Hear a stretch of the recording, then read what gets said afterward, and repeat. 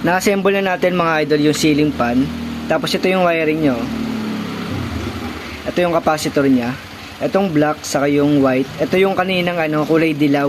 So kaya siya naging black saka puti kasi dinuktong natin to para humaba yung yung wire para umabot dito. Kasi dito galing eh. So kailangan natin dugtungan para humaba yung wire. So ito yon yung dalawang capacitor na linya, yung dalawang dilaw kanina. Tapos yung yung red saka itong green. So ito yung mapupunta sa line 1 at sa line 2. Yan. Okay lang kahit magkabaliktad kayo ng kabit diyan. So yan mga idol, sana na na intindihan nyo yung green saka yung red. So yun yung mapupunta sa line 1 saka sa line 2. Tapos ito yung kaninang kulay dilaw. So ngayon papaanda rin natin to mga idol. Yan. Saksak natin. So ayan mga idol, umaandar siya. Ayan o.